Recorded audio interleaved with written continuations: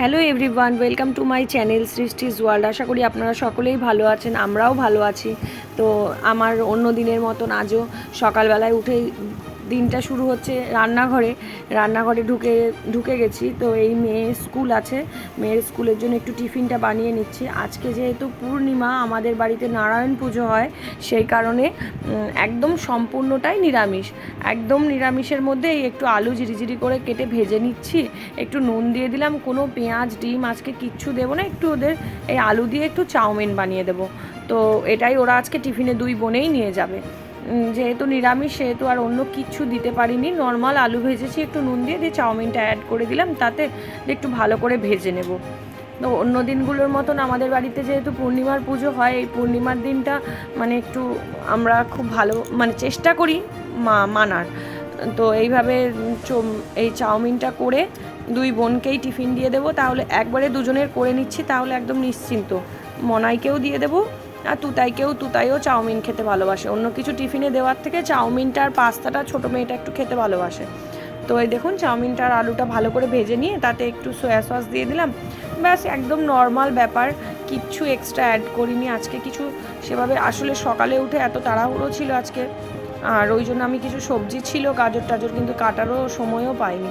তো চাউমিনটা করে নিয়ে এই সসটুকু দিয়ে দিলাম। এই টমেটো কেচাপটা আসলে ওই হট অ্যান্ড সুইটের ব্যাপারটা, ওই কেচাপটা তো একটু ঝাল ঝাল ফ্লেভারও আসে। এইটুকু ঝাল মেয়েরা খেতে ভালোই বাসে, এটুকু। তাই এই সসটা দিয়ে চাউমিনটা ভালো করে মিক্সড করে নিলাম, তাহলে চাউমিনটা খেতেও টেস্টটাই পাল্টে যায় এই টমেটো কেচাপটা দিলে। এইভাবেই আমি একটু করে দিলাম নর্মাল একটু চাউমিন দুই বোনের জন্য টিফিনে। তো এবার স্কুলের বড়টাকে দিয়ে আসবো। আজকে আর ভিডিও করা হয়নি, কেননা পুজোর দিন জানেনই তো, বাড়িতে একটু কাজ থাকে, যেমন ডেলি কাজ সেগুলো তো থাকেই, তার সাথে পুজোর একটা ভীষণ দায়িত্ব থাকে। তো সেই জন্য আজকে আর ভিডিও করতে তো একটু সময় লাগে, আপনারা জানেন। সেই জন্য আজকে আর কাজ বাজের কোনো ভিডিও করিনি, যেগুলো আমার ডেলি লাইফের। তো একদম পুজো স্নান করে দুই মেয়েকে স্কুলে দিয়ে বাসি কাজবাজ সেরে, বাসি কাজবাজ বলতে ঘরবাড়ি ঝাড় দেওয়া, বিছানা টিছানা ঝাড়া, আর পূর্ণিমার দিন একটু উঠোনটাও ধুয়ে দিয়ে আসতে হয়। তো উঠোনটাও ধুয়ে দিয়ে আসি, পুরোটা প্রত্যেক দিনই ধুই, কিন্তু পূর্ণিমার দিন আরেকটু ভালো করে ধুয়ে তারপরে সব করে আমি ঠাকুর ঘরে এসে গেছি। আমার রাধা মাধবকে স্নান করিয়ে নিলাম, এরপর মা লক্ষ্মী মা সরস্বতীকে স্নান করিয়ে নিচ্ছি। তো এই যে আগে সব ঠাকুরকে স্নান করিয়ে আগে রেডি করে নেব, তারপরে ওইদিকে পুজোর জোগাড়ে যাব। আমি প্রত্যেক বৃহস্পতিবার ঠাকুরকে স্নান করাই, সব ঠাকুরকে মূর্তিগুলোকে, আর শনি মঙ্গলবারেও করাই, কোনো শনি মঙ্গলবার স্কিপ করে যায়, কিন্তু প্রত্যেক বৃহস্পতিবার অবশ্যই করাই। তারপরে বিশেষ কোনো দিন, শিবরাত্রি, তারপরে পয়লা বৈশাখ, যাই হোক এগুলো।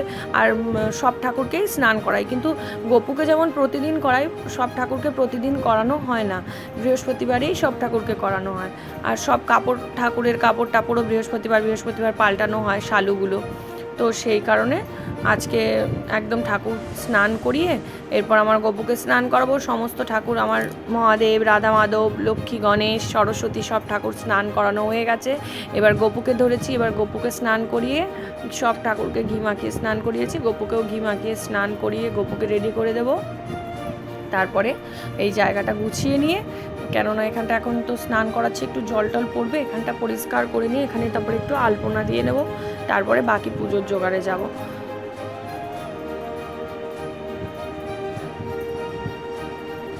যখন বড্ড হতাশ হয়ে পড়ি, তখন এই জায়গাটাই বড্ড শান্তির জায়গা হয়ে দাঁড়ায়। তো মনে হয় এই ঠাকুরঘরটাতেই অনেক শান্তি, খুবই শান্তির জায়গা হয়ে যায়। তো আমাদের জীবনে চিন্তা ছাড়া তো আমাদের জীবন চলে না, কিছু না কিছু চিন্তা সবারই আশা করি থাকে। তো এই যে আমার গপু সেজে নিয়েছে, একদম সাজুগুজু করে বসেছে নতুন জামা পরে। তো এরপরে আমি একটু আলপনা দিয়ে নেব। তো সেটাই বলছিলাম যে এই জায়গাটা বড্ড শান্তির জায়গা, যার যেমনই হোক না কেন, ঠাকুর ঘর একটা খুব শান্তির জায়গা আমার কাছে। তো তাই আমার যত কষ্টই হোক যাই হোক, এখানটায় এসে অনেক শান্তি পাই। আলপনা দিয়ে নিচ্ছি, আমি অত ভালো আলপনা দিতে পারি না, আর যদিও বা যেটুকু পারি, কিন্তু আজকে তো তাড়াহুড়ো করে দিয়ে নিতে হয়েছে, কেননা আমার ভাই পুজো করতে চলে আসবে। তো সেই টাইমের মধ্যে কমপ্লিট করে ফেলতে হবে আমাকে, আর না হলে ওর আরও তো পুজো আছে, শুধু আমি দেরি করে দিলে হবে না। সেই জন্য তাড়াতাড়ি করে, যতটা তাড়াতাড়ি সম্ভব জোগাড় করে নেওয়ার চেষ্টা করছি।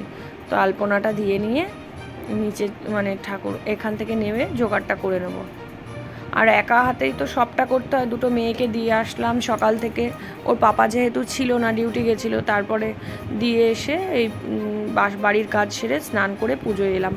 এবার ঠাকুর ঘরে আমার সব কাজ কমপ্লিট করে আমি এসেছি এখানে এবার পুজোর জোগাড় করতে। আমার নারায়ণের ভোগটা আগে বসিয়ে দিচ্ছি, একটু পায়েস করে দিই নারায়ণকে আমি নারায়ণের ভোগের জন্য। তো এই দুধটা আগে বসিয়ে দিলাম, দুধটা ফুটুক, আমি এদিকে বাকি কাজগুলো করতে থাকি এখানেই, তাহলে একসাথে দুটো কাজ হয়ে যাবে। এইবারে যা বাজার এনে দিয়েছে সব নামিয়ে নিচ্ছি।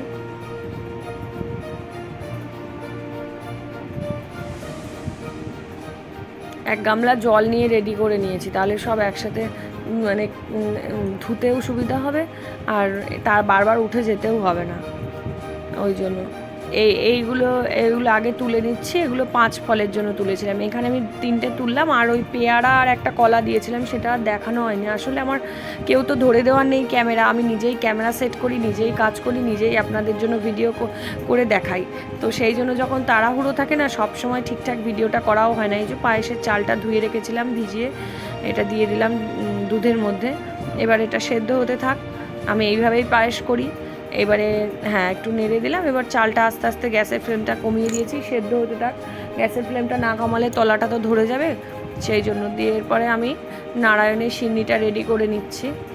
তো সেটাই বলছিলাম যে যেহেতু আমি একাই ভিডিও করি, একাই মানে রেকর্ড করি ভিডিওস, তার জন্য আমাকে মানে বারবার ক্যামেরাটা সেট করে করতে হয়। তো ওই জন্য যখন কাজের তাড়াহুড়ো থাকে অনেক সময় হয়ে ওঠে না। যেমন আজ সকালেই কি কাজ করলাম না করলাম আমি সবটা দেখাতেই পারলাম না আপনাদেরকে, কারণ আমাকে তখন যদি আমি ক্যামেরা সেট করতে যাই তাহলে আমার এইদিকে সবটা টাইমে হবে না।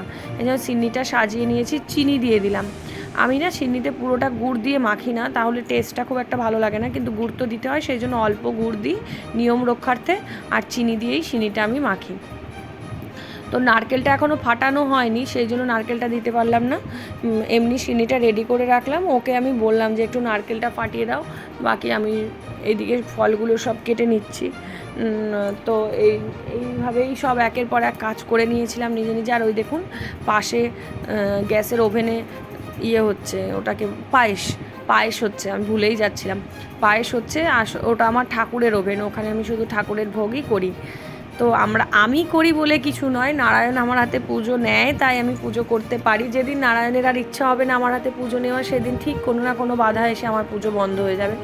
তো এটাই হলো কথা। তো এইদিকে ভোগ করতে করতে আমি ফলটা কেটে নিচ্ছি। ফলটা কেটে নিয়ে তারপরে ওইদিকে পায়েসটাও ততক্ষণে হয়ে আসছে। এই দেখুন চালটা পুরো সেদ্ধ হয়ে গেছে। আমি পরে আবার দুধ অ্যাড করেছিলাম, কেন বলুন তো, একসাথে দিলে না পুরো দুধটা তো টেনে নেয় চালটা সেদ্ধ হতে হতে, পরে আবার দুধ দিলে একটু বেশ লিকুইড থাকে। কাজু কিশমিশটা দিয়ে দিলাম, এবার দেখুন আমার পায়েস পুরো রেডি। হ্যাঁ, তো এই জন্যই এই দেখুন আমি এইভাবেই পায়েস করি, চিনি দিয়ে দিয়েছিলাম, আর পায়েস পুরো ফুটে গেছে। একটু নরম নরম রেখেছি, পাতলা পাতলা, এটা ঠান্ডা হলে একদম জমে যায়, আর এর থেকেও যদি গাঢ় নামাই না একদম সেই চালের দলা হয়ে যায়।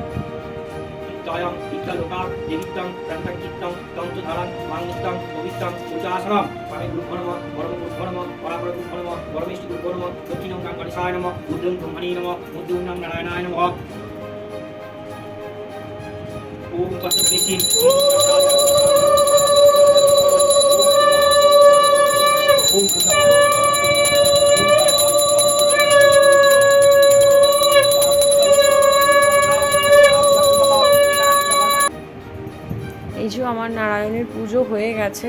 তো তারপরে আপনাদেরকে একবার দেখিয়ে দিচ্ছি প্রসাদ তোলার আগে আমাদের খুব ছোট্ট ঠাকুর ঘর, তার মধ্যেই আমি ঠাকুরকে গুছিয়ে রাখার চেষ্টা করি। তো নারায়ণ আমার সবার মঙ্গল করুক। আমার এটা ভীষণ বিশ্বাস যে নারায়ণ মাথার ওপর তার আশীর্বাদের হাত অবশ্যই সবসময় রেখেছে আমাদের। নারায়ণ না থাকলে আমাদের এক পা চলারও ক্ষমতা নেই। তো সবার ভালো হোক।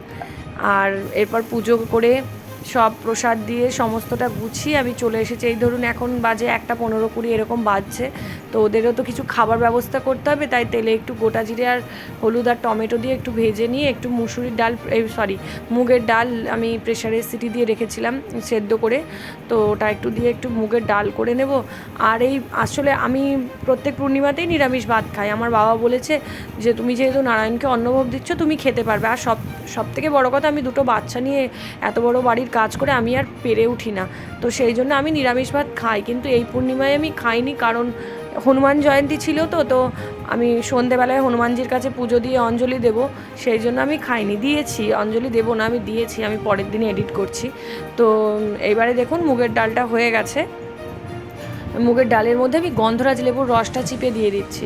গন্ধরাজ লেবু এমনি নিজেরা ভাতে টিপে খান, আর এইরকম করে একবার ডাল করে খেয়ে দেখবেন। যা রেসিপি গন্ধরাজ লেবু দিয়ে করি না কেন, কিন্তু ডালের মধ্যে গন্ধরাজ লেবুর ফ্লেভারটা সব থেকে বেশি ভালো বোঝা যায়, ভীষণ ভালো বোঝা যায়।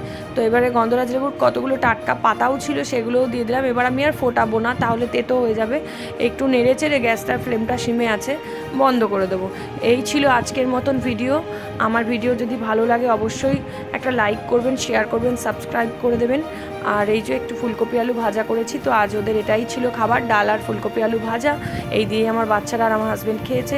তো আপনারা সকলেই ভালো থাকবেন। আমার ভিডিওটি দেখার জন্য অসংখ্য ধন্যবাদ।